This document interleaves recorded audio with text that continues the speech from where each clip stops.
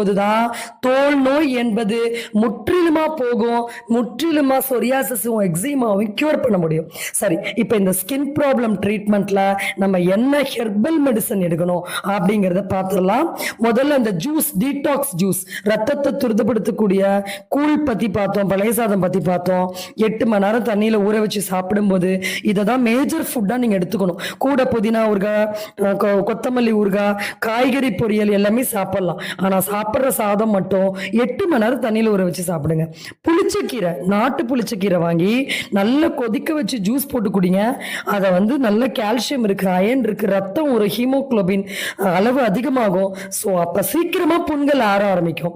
அடுத்து நம்ம குடிக்க வேண்டிய ஜூஸ் புங்கை இலைகள், இதை வேப்ப மரத்து இலைகள், புங்கை மர இலைகள், இதில் எது கிடைக்குதோ வாங்கி தண்ணியில் கொதிக்க வச்சு கஷாயமாக்கி காலையில் குடிக்கும் போது சூப்பராக பிளட் நமக்கு டீடாக்ஸ் ஆகிடும். Skin problem complete